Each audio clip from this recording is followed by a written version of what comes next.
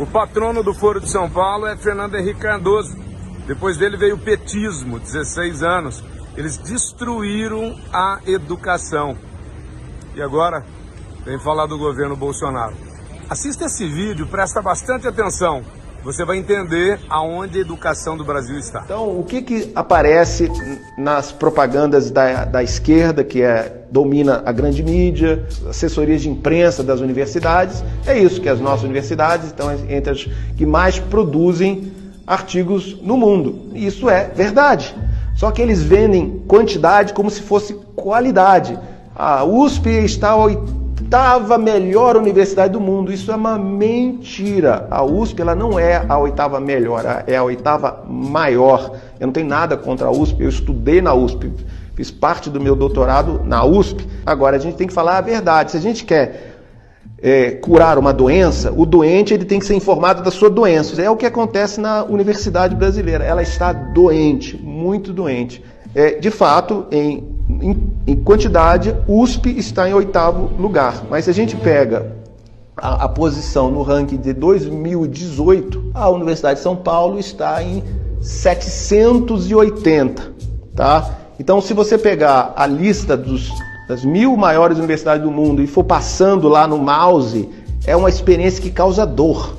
Você não encontra em nenhuma universidade brasileira. Você chega na 710, você encontra a Universidade Federal de Santa Catarina no ranking de 2018. Em algumas áreas a gente está caindo ano a ano em relação ao primeiro lugar do mundo, né? Quer dizer, o Brasil investe muito e apesar disso o impacto cai. Se for uma lista de 70 países, por exemplo, a gente está em 58 em impacto, né? E muita gente me critica e fala, mas você está comparando com a Singapura. Singapura é uma potência, todo mundo sabe. A Suíça, ou a Dinamarca, né? E a América Latina? Em que lugar a gente está na América Latina? Em que posição você acha que vai estar o Brasil? De 12 países. Antepenúltimo lugar. A gente só está na frente de Cuba e da Venezuela. Venezuela por razões óbvias, né, do desastre do país, né? E Cuba tem sido sempre o último lugar da América Latina. Então, não é porque a gente está comparando o Brasil com outros países desenvolvidos que nós estamos abaixo. Todo ano eu via assim, o anuário científico da Enciclopédia Britânica e via os prêmios internacionais. Nunca tinha um brasileiro. Tinha a cara da Zâmbia, da Serra Leoa, da puta que eu pariu, você tá entendendo? Do Polo Norte, tá entendendo? Da Antártida, né? Da Pinguim da Antártida, premiado, prêmio de física. Não tinha um brasileiro, porra. É produção que não serve pra nada. Pra mostrar, a mãe ó eu. Cada trabalho universitário devia ser, ó, mãe ó eu. É isso. Agora, se a gente olhar para dentro da área de humanas, as sub-áreas das humanas, então a gente pode ver o ranking, por exemplo, sociologia.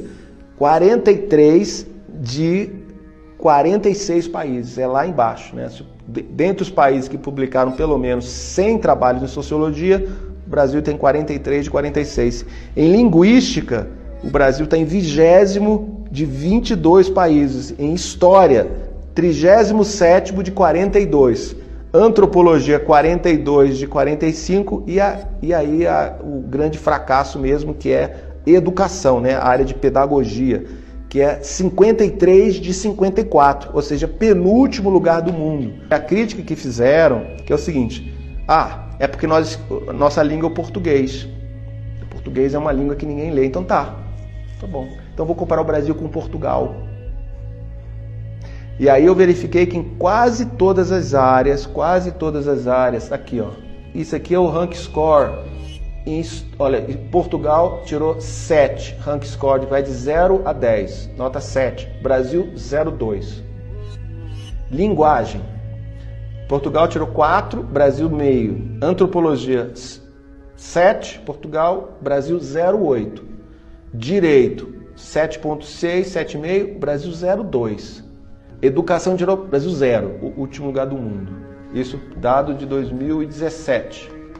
Quer dizer, nós somos o mesmo povo, Brasil e Portugal. A dificuldade de você traduzir um trabalho acadêmico brasileiro para o inglês é enorme. O que será que essa pessoa quis dizer aqui? É a maneira do educador brasileiro escrever, que tem um pouco, aí voltamos ao Paulo Freire, emular aquela pseudo-poesia, né? De quando você está escrevendo um texto que supostamente é para ser técnico. Analisando o impacto da produção brasileira, científica, verifiquei que países que investiam a mesma quantidade de dinheiro em pesquisa e desenvolvimento em relação ao PIB tinham produção muito maior que a nossa. E recentemente eu atualizei esses dados, né, fazendo uma análise de mais de 60 países, e a gente chegou num grupo de países, né, como por exemplo a Irlanda, novamente, a Estônia, que investe em torno de 1,2%, 1,3% do PIB em pesquisa e desenvolvimento e tem impacto muito maior que o Brasil. Agora, o que é problemático quando a gente vê países que investem muito menos, por exemplo, o Chile investe 0,35% do PIB em pesquisa e desenvolvimento. E o impacto da pesquisa chilena é substancialmente maior que o nosso. As nossas universidades federais estão entre as mais caras do mundo, em dólares. Então, evidentemente, não é questão de recurso. Se a gente pegar o PIB do Brasil, né, e extrair quanto que é 1,3% do PIB investido em ciência, tecnologia e desenvolvimento, dá em torno de 100 bilhões de reais. Com apenas R$10 por mês você se torna um membro patriota e tem acesso à versão completa da trilogia Pátria Educadora, livre de anúncios e muito mais. Entre no nosso site agora e torne-se membro. Quando procuramos nas plataformas de pesquisa, fica fácil encontrar exemplos de trabalhos ideologicamente enviesados, pouco lidos e pouco citados. Muitos apresentam pautas que os brasileiros jamais imaginariam que foram financiadas pelo dinheiro público. Na Universidade Federal da Bahia, uma estudante apresentou uma tese questionando se sapatos têm sexo, referindo-se às metáforas de gênero de lésbicas de baixa renda. Na mesma universidade, outro estudante teve seu mestrado financiado para produzir uma pesquisa autoetnográfica, analisando a prática de sexo oral entre homens dentro do banheiro de uma estação de trem. O valor da bolsa foi de R$20 mil do dinheiro público. Na Universidade Federal de Juiz de Fora, um dos temas aprovados pelo mestrado foi Por onde andam os gogobóis de Juiz de Fora? A produção científica brasileira internacionalmente não existe. Ela simplesmente não é mencionada. Ninguém lê esta merda. E vai ler para quê? Para perder seu tempo? O prejuízo que as universidades dão ao Brasil são muito maior do que a corrupção. Né? Você pega todos os roubos de dinheiro público, a universidade é pior. A linguagem academicista e romantizada esconde o vazio e a promiscuidade do financiamento estatal. Uma vasta quantidade de trabalhos acadêmicos vão desde categorias pornográficas até a relativização da pedofilia. Enquanto o sistema público privilegia produções acadêmicas que não contribuem com as demandas sociais, áreas de vital importância ficam em segundo plano. Uma coisa que me chama atenção é a quantidade de vagas destinadas para ciências sociais. Eu não estou nem falando da infinidade das ciências humanas, mas sim das ciências sociais. Aqui na Universidade Federal do Rio Grande do Sul, da onde eu sou egresso, são 100 vagas para o curso noturno e 60 vagas para o curso diurno. São 160 vagas por ano. E aí tu vai perguntar, pô, Conrado, mas que bom que tem muitas vagas, eu fico muito feliz também. O problema é que é discrepante em relação a outros cursos. Por exemplo, engenharias, tem 20 vagas, algumas delas. Engenharia de alimentos, engenharia de energia, né? A gente questiona tanto a importância da energia hoje, tem 21 vagas. Engenharia hídrica, o Brasil, o maior recurso natural é a água, 21 vagas. Odontologia, noturno lá, 21 vagas. Até curso de fonoaudiologia, 21 vagas. Biotecnologia, 20 e poucas vagas. Biomedicina, 20 e poucas vagas. E aí nas ciências sociais nós temos 160 vagas. Por que disso? Na minha visão, a parte mais triste disso é que entram 160 estudantes a cada ano e se formam muito pouco. Na proporção da formatura das ciências sociais, tem diversos cursos junto ali, relações internacionais, história, filosofia, ciências sociais. No ano passado se formaram 60. Não só das ciências sociais, de toda a gama das ciências humanas. Só 60. Desse universo geral que a gente conta aí, com quase 500 estudantes que entram por ano, 10% consegue chegar no final, dentro de uma seriação. O que me choca nesse ponto também é saber o porquê disso, porque é dinheiro alocado. Quem são essas pessoas egressas que saem dali? O que eles fazem?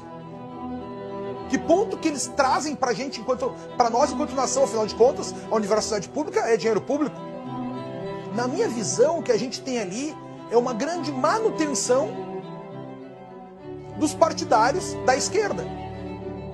Porque eles estão estudando, nunca se formam, recebem bolsas, o investimento é maciço nesse setor e estão formando professores que fazem a continuidade desse pensamento. Mas se você olhar hoje em dia, o que você precisa para você entrar numa faculdade superior, uma universidade, né? Em função do resultado na prova do Enem, né? Se você não tiver, digamos, 600 pontos, você não consegue entrar numa universidade pública, mas você consegue entrar na faculdade de pedagogia. Né? Então ela começa a recrutar um pessoal, né, que chega com um capital cultural muito limitado. O maior problema é que nós tivemos professores mal formados e estes professores eles não estão capacitados para nos levar a um novo salto intelectual, um novo salto de qualidade na formação de alunos. Normalmente esses cursos, eles têm um argumento, que é aquela nota final que tem que entrar, né, muito baixo. Por exemplo, as ciências sociais, a densidade do curso noturno é 1,60. Eu me pergunto, para aí, a cada 3 candidatos, 2 vão entrar? Não são nem 2 pessoas concorrendo por uma vaga.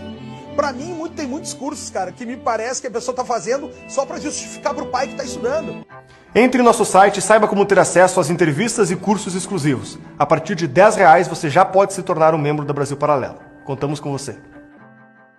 Você tem essas duas vertentes de política educacional. A de acesso, que é para gastar, e a de qualidade, que é para trabalhar. Né? Mas percebeu-se que dar mais diploma tinha ali um benefício político importante, né?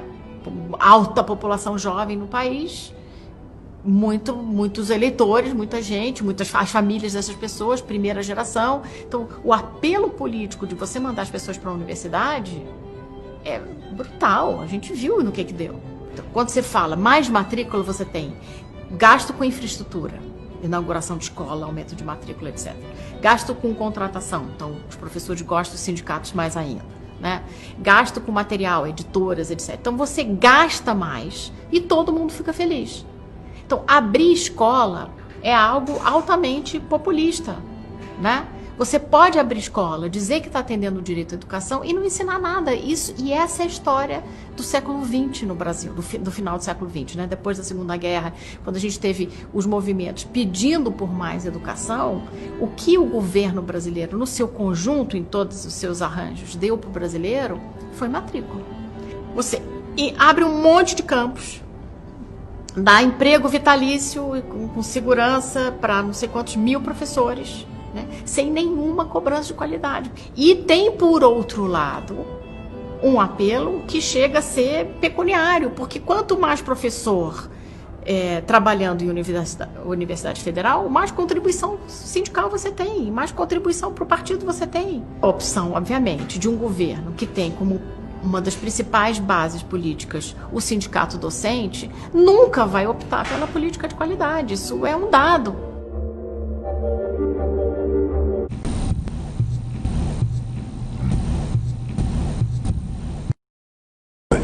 Como eu fui oposição há muito tempo, eu cansei de viajar o mundo falando mal do Brasil, gente. Era bonito a gente viajar o mundo e falar, no Brasil tem 30 milhões de crianças de rua, no Brasil tem 30 milhões... A gente nem sabia, tem não sei quantos milhões de abortos, era tudo clandestino, mas a gente ia citando números, sabe? Se o cara perguntasse a fonte, a gente não tinha, mas a gente ia citando números. Eu não esqueço nunca, eu estava debatendo, o Roberto Marinho e o Jaime Lerner em Paris. Aí eu estava lá falando, eu tinha os números, não sei de que entidade que era, também não vou dizer aqui, porque eu já tenho 68 anos, não vou. Mas eu estava dizendo, porque no Brasil tem 25 milhões de crianças de rua. Eu era aplaudido calorosamente pelos franceses. Quando eu terminei de falar, o Jaime Lerner falou assim para mim, ô Lula, não pode ter 25 milhões de crianças de rua, Lula. Porque senão a gente não conseguiria andar nas ruas, Lula. É muita gente.